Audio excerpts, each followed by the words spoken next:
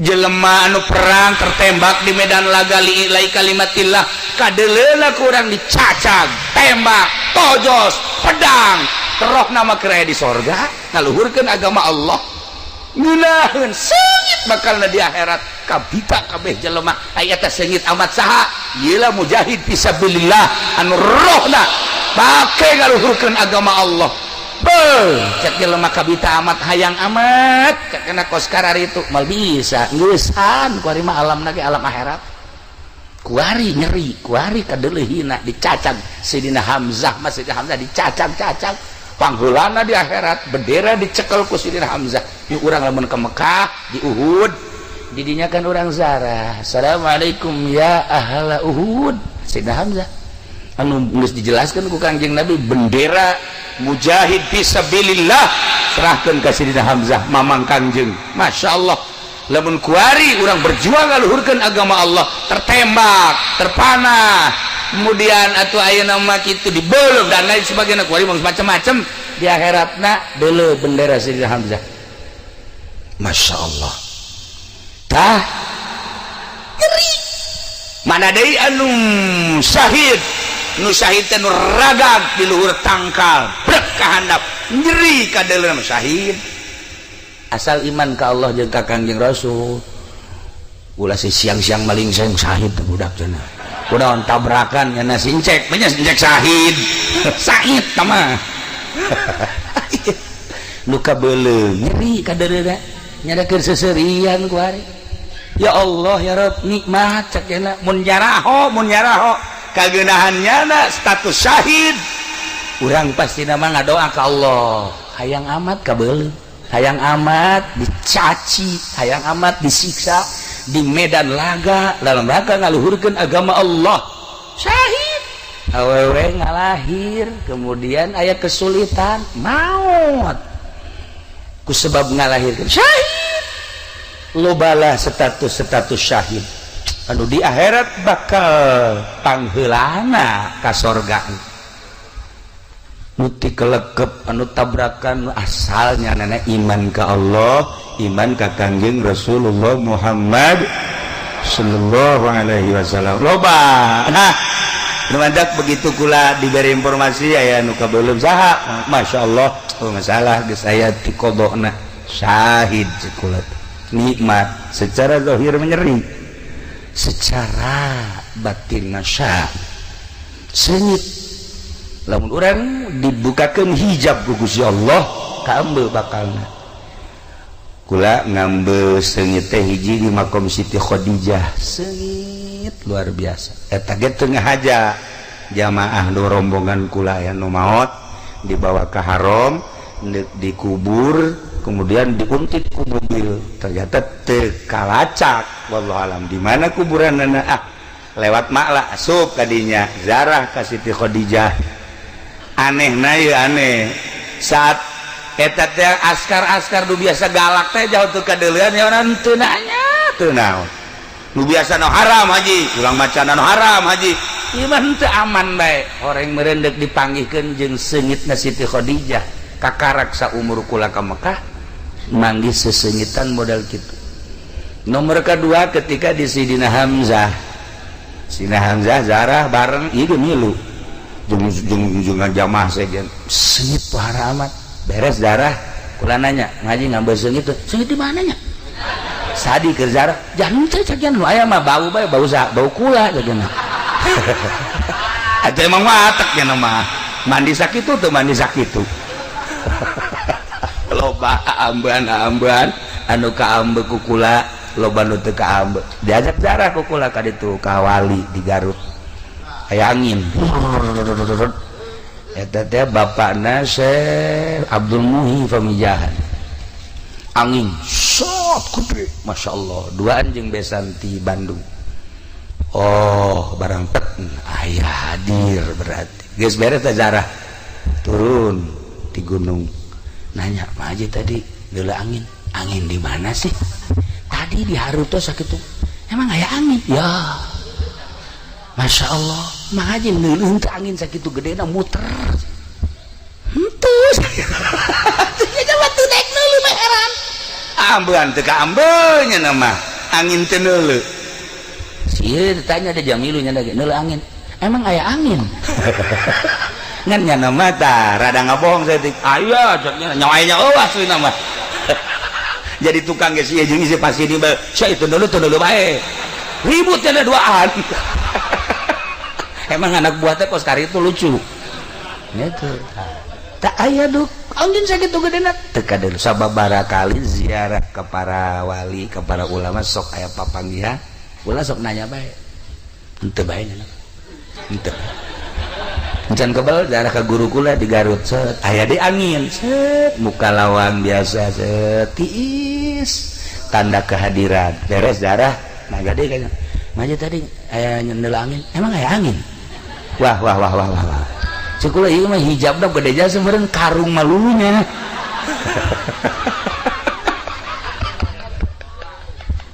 tedek deuleu tedek karasa nah iya di jero kubur teh ternyata loba babaturan Masya Allah ai perang mameureunanan urang mancan wayah jeung ulah peperangan teh heulanan tetapi anu seimbang jeung perang aya naon ngaji eta ngaluhurkeun agama Allah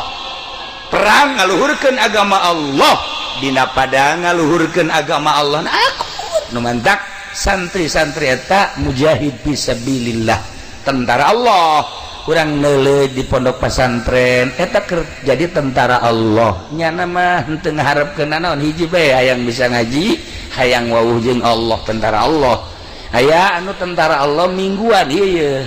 mingguan ka Cilongok ge lamun boga ongkos lamun teu boga mah henteu nya ge sarua bae aju ngajina ge pas di Tangkal Ambon bae kan atuh gadeukeutan tukang uduk jeung kiaina mah teu wawuheun nya mah jeung tukang somai wawuhna jeung tukang uduk loba salah geus geus ka ditu siang hiji jeung tukang uduk ayo aya nu sabulan sakali gajina tetep tentara Allah bae tentara Allah ibu-ibu ge sok ngaji teh tentara Allah cenah keur nyusuan tentara Allah keur nyusuan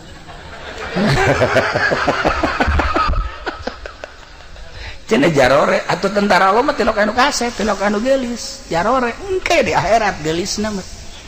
kuari mah atuh sabira lah dunia gelis menang 40 tahun atuh jadi kariput tuh kok masih ieu mah karak lahir ge geus keriput cenah mah tah kacaritakeun mah di jero kubur teh engke datanglah malaikat munkar nakir nanya man rabbuka wa man nabiyuka wa madinuka wa ma kitabuka wa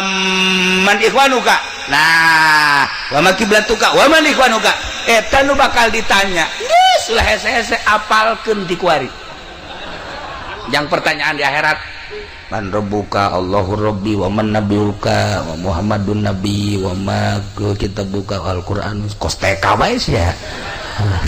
teu kudu ditalar ti ayeuna sebab eta mah asal urang ibadah ka Allah salat Ramadan puasa nisab zakat nisab haji munggah haji urang aya tahajud jang lalaki awewe mah teu kudu tahajud ja awewe mah teu kudu tahajud teu kudu rawatib teu kudu salat duha teu kudu awewe mah lalaki bae awewe mah asal ngaladenan salaki leuwih tibatan salaki geus sakitu geus dina kitab lagi teu kudu geus tahajud los kakak tahajud bae kula mah ngaladenan kakak bae ke kakak tas tahajud kula nongeng atuh leuwih ti tahajud eta bae geus kos kitu awewe mah isuk-isuk nawaran ka salaki ka kopi apa susu kula eta geus sakitu bae ge salaki kan senang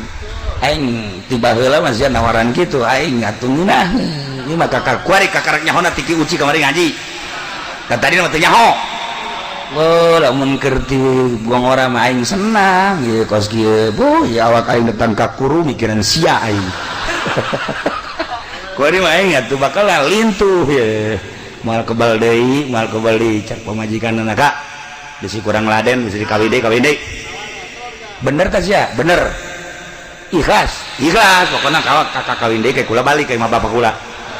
sia naon. Nah iyalah aturan ibadah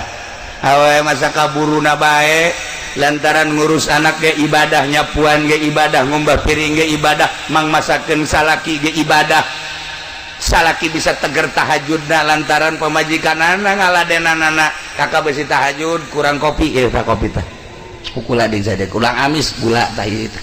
nah besi endeu hayang kopi susu tah ieu kukula disadiakeun besi kakak hayang cenghar tah kukula disadiakeun masyaallah kan ngeunaheun da salaki teh tas tahajud ngopi beres tas ngopi ngarokok reup tahajud dilaksanakeun subuh jam 7 tunduh sakana gara-gara pamajikan nyadiakeun kopi. Salah balilah. Nah guys iya awalnya mah ya aturan-aturan teu kudu aya boga salaki mah kecuali teu boga salaki cara Siti Robatul Adawiyah keur ngarangda seperti etalah di jero kubur teh bakal aya pertanyaan munkar nakir ulah sieun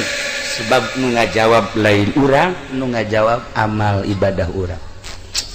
cak amal urang tenang mengaji engke aya munkar nakir malaikat bakal nanya geus mengaji mah sare bae kula nu ngajawab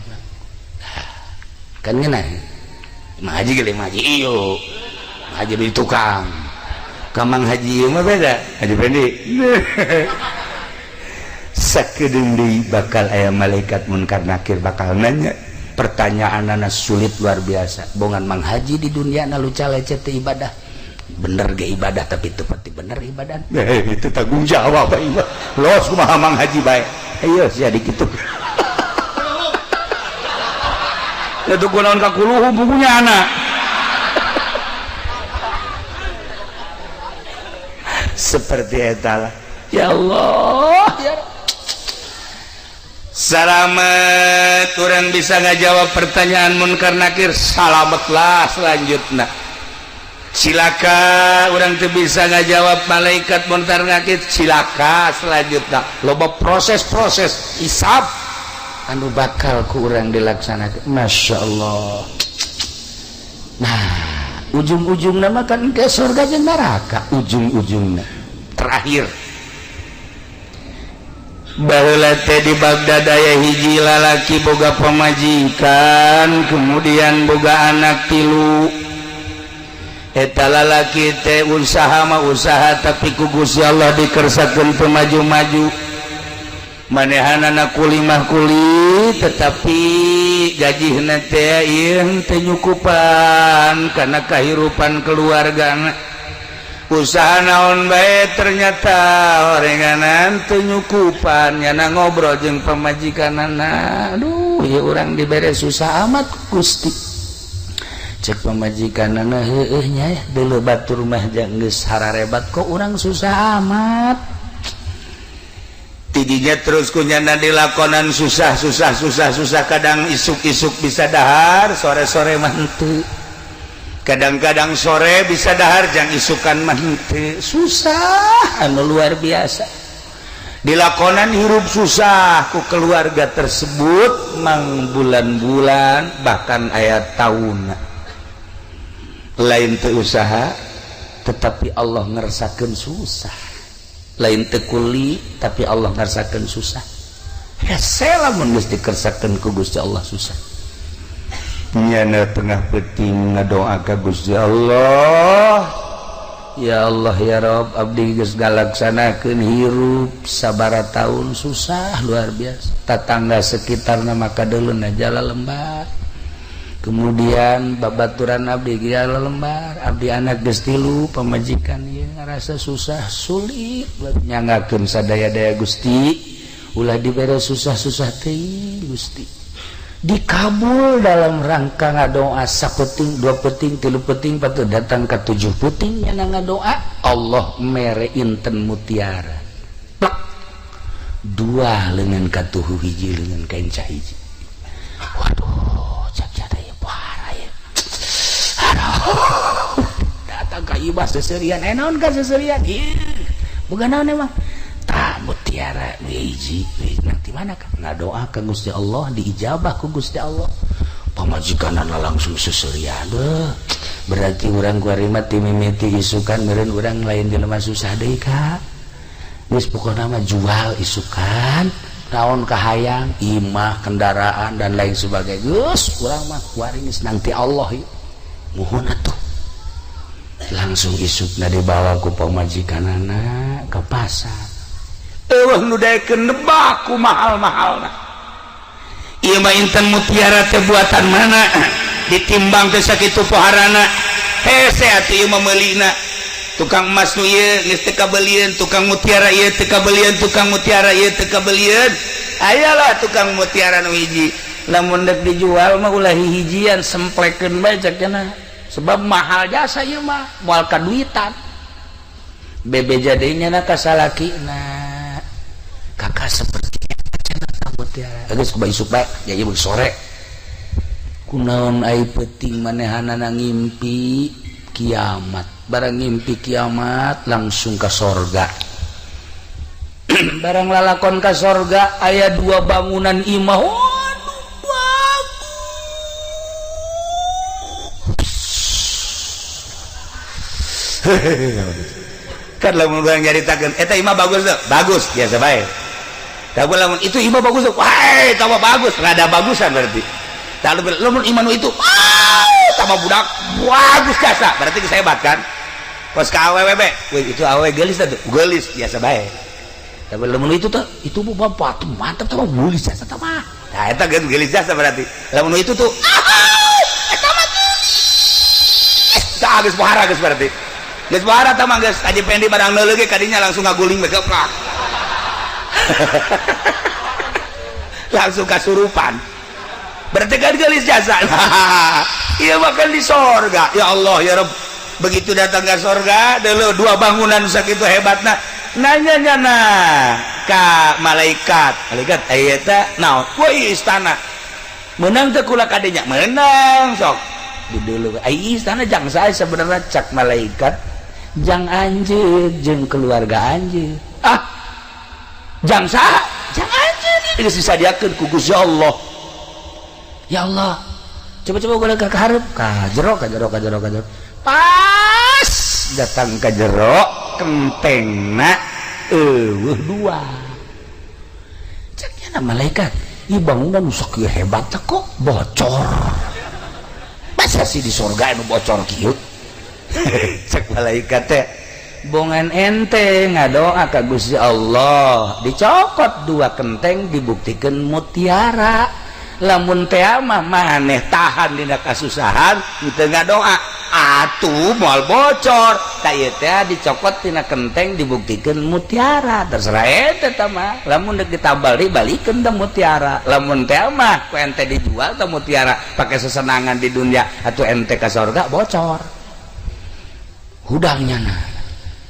cak teh aing boga istana mah nya di surga bocor emang di talaga mah heuh bae balocor aja di surga kujana di duluan batakna tina inten yakut masya Allah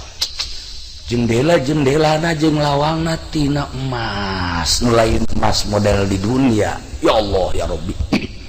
terus sekitar kunyana di deulehan ieu mah pohara amat bangunan je eueuh di dunia mal aya teh ieu mah bangunan surga nyada bebeja ka pamajikan nih kakak tadi ngimpi naon kak ngimpi kiamat aju ka sorga di sorga geus disadiakeun imah urang aduh hese nyaritakeunana ngan bocor neng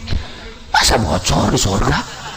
mah eta kentega eueuh 2 ku kakak ditanyakeun ka malaikat kok eta bisa bocor gitu gara-gara kakak ngadoa ka Gusti dicokotlah 2 kenteng dibuktikan mutiara tah nuku neng dijual teh eta teh kenteng sorga nu dibodip ku Gusti Allah jadi mutiara terserah ka neng tah lamun teh mah atuh deuk dijual bae pake sesenangan goreng nyeun imah kendaraan jeung dahar segala rupa meureun ge urang di sorga boga istana bocor lamun teh mah tuh dek dibalikeun deui berarti urang tahan moal kebal di dunia ieu jangan nu sugih paeh nu susah mah komo atuh dari kumaha tah Deng cek dina teh kena ai kos kitu carana malah mending balikeun deui bae ka ditu ka kajian urang jeung moal kebal hirup di alam dunia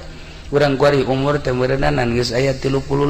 lamun datang ka 70 30 lah tahan kula malah kajian asal di sorga bae masyaallah eta lamun urang boga pamajikan diajak musyawarah kasusahan hajeun mah iya kering sorga dunia tah mah atuh pan lain kitu pamajikan urang Cikupa mah heuh Cikupa mah lain kitu ka pan ieu bangunna teu usaha-usaha ngojek ka gojek di pan kakak mah tuh bisa ngojek jabagan ngaji emangna seubeuh kumaha ngaji wah ieu pamajikan Cikupa blon ya barang di dieu KTP na urang Talaga aja beres lah ieu mah awewe kunain di Bagdad akhirna kumaha cek pamajikan anaka tahan kasusah ulama asal di sorga engke bikin deui ka kakana doa deui ka Gusti Allah doa deui ya Allah ya Rabb abdi bere umpian ku Gusti daripada engke abdi ka sorga haju kurang sempurna bangunan nyanggakeun sadaya-daya cokot deui Gusti harita kene dicokot teh bebe aja ka pamajikan geus urang mah mending hirup susah di alam dunia tapi tentrem ibadah ka Gusti Allah jan nu sugih paeh nu gagah paeh raja paeh RT paeh komo urang geus urang nyanggakeun urang ari ibadah bae lah ka Gusti Allah nemah jasa tah pamajikan resep tah urang boga pamajikan kos kitu tah nanya ka salakina Kak bangun capeun amat di mana Kak usaha lah kaja nu aya ge moal kadahar geus usaha ulah terlalu hantem-hanteman teuing asal aya jang dahar bae ka urang are ibadah ka Gusti Allah tiis perasaan hata perasaan tiis enak henteu kana hate salakina ge bener oh aing teu salah milih ya kasihan eta kada kasih mana usaha bangun kesangan gitu aja untung wallahu alam untung teu nama itu bener ka usahana ai can untung lah balik atuh teh ai ka dieu kudu bawa duit tinggal salakina bae hak itu pamajikan jelema teh jurig sih Talaga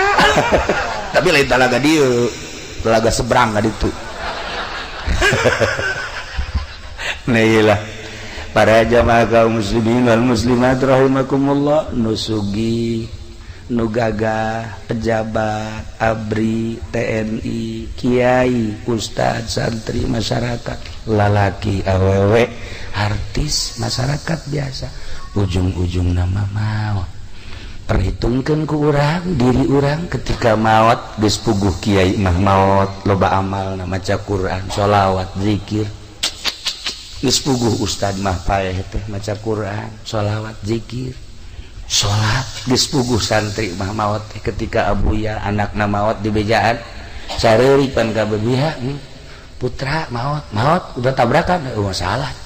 kok tenangeun amat cih atuh anak aing mah paeh geus talar Quran ai sia cak nu ceurik teh heueuh oge nya atuh ji atuh santri mah keur ngaji salat ustad kitu keneh polisi tah jeung abri nu kudu mikir ge ya mun paeh aing kumaha ieu nah geus kaloda polisi pedagang nu ngabohong bae tolol ye tah pikir tah kiai ge anu teu bener mah ngiaina bolak-balik ke pendopo bae ieu sarua siksaeun Allah ji pikir urang ketika orang maot kiai geus puguh baca Quran sholawat santri ustazah kitu keneh anu ngaladen ka salaki geus boga bekal dagang anu jujur jelas geus boga bekal anu ieu kabeulem syahid geus teu kudu dipermasalahkeun deui beak dosana ku kabeulem bae sing yakin jeung sing percaya perang selesai dosa geus teu dideuleu ku Gusti Allah lantaran naon luhur ngaluhurkeun agama Allah selesai kiai anu beneran kiaina isuk ngaji sore geus sanajan gede dosana teu dideuleu ku Gusti Allah deuleu perjuanganan ai sieun paeh perjuangan naon dagang karung ngabohong bae meuli anu asli dioplos ayo gerak da kumaha deui salat inget ka karung bae ayo da kumaha ayo naon bawain ka kuburan ya lamun kukula jeung kurang teu didoakeun mah wallahu a'lam bishawab ngan tetep urang doakeun mudah-mudahan nyana panjang umur atuh didoakeun kitu ge we pendek bae nah ieu mah keur carita teu saha renungkeun ku urang ulah wakanana mun aing isuk paeh sakitu bae mun aing isuk paeh nu babaturan aing saha anak di luhur pamajikan di luhur anak di luhur salaki di luhur amal urang sebuah renungan urang dibere sugih syukuri kasugihan urang dibere susah nemah ku kasusahan kabeh menang pamere Allah mun tadi dongeng jelema susah kajen tahan susah wal kebel bakal ke akhirat sebab karena naon Kangjeng Nabi lalampahan ka sorga begitu datang ke sorga Masya Allah ajib cik Kangjeng Nabi anna aktsara ahliha fuqara'u sanyana pangloba-lobana penduduk surga jelema-jelema nu sararusah palalakir sebab naon dek dihisab naon hisabeunana kok santri misalnya ayeuna dihisab teh ditanya santri naon boga sia itu bogana naon teh sugan sendal ge cepit sebelah lain naon kula mah teu bogana samping ge iget menang pamere cek cenah teh oh siapa teu bogana naon kula mah kadang-kadang kula mah dahar ge milu ka babaturan kula milu ka kula pamilu-milu bae aya biasa ayo makrak batur olos ayo sadawan nanaon mah buah kiai di orang ku kula masalah hisabeun santri mah cek malaikat langsung surga hisabeun nek naon dihisab atuh santri gawe nangan ngaji salat harta teu boga nya barang si ieu pae nah nang di mana sia ta mobil truk nu beureum ayo sia aya eta kijang LGX nang di mana sia bener henteu transaksina sia ayo malaikat rantai seperti etalah sing hade jeung sing hade para jamaah kaum muslimin wal muslimat rahimakumullah kula ditungguan di ditu meureunnya nangis nyelek deui ya dulur mangkani tah ieu mah dicukupkeun sakieu sebuah renungan yang urang nu geus puguh marawat cara ieu jelas kiai mawat jelas mujahid fisabilillah Palestina Suriah Yaman jelas urang anu can jelas sing hade mulai ayeuna tingkatkeun kecintaan urang ka Allah jeung ka Kangjeng Rasulullah kesel saeutik mah salat paksakeun sebab nu bakal ditanya jasa pangheulana salat nempel amal-amal nu lain di salat ketika urang teu salat atawa teu bagus salatna teu nempel amal-amal nu lain besideuk memperbaiki salat teu kudu ka Cilongok di dieu aya Ki Komar aya Ki Holil aya nu darareukeut bae geus coba belajar salat ti mimiti wuduna datang ka salatna abeh jang pibatureun urang di jero